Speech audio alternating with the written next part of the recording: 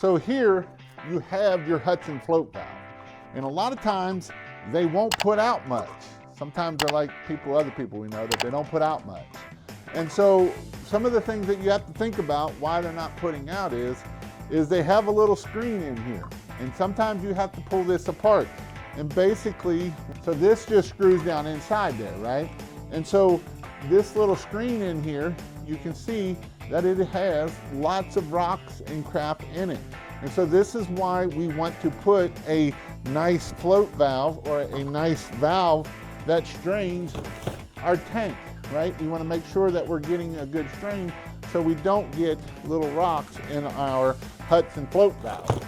Because when we get rocks in our Hudson float valve, the Hudson float valve doesn't flow very well.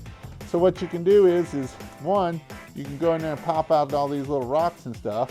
Or two, sometimes what I have maybe done is throw this thing away and hopefully it doesn't mess up the other part of the float valve. But for today, we're just going to clean out all the crap out of here so that way it will allow us to get better flow, because we want good flow.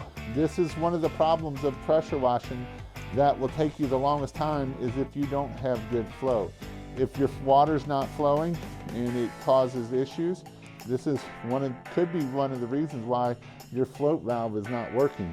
It will get all kinds of stuff in there. If you get into a reel, and the other thing too is this float valve had a filter going into this. So I like the filter going into the garden hose, coming into the float valve. And even with that filter, you can see that we've gotten gunk in here, and that would cause issues. So those are some things to think about when we are doing our Hudson float valve.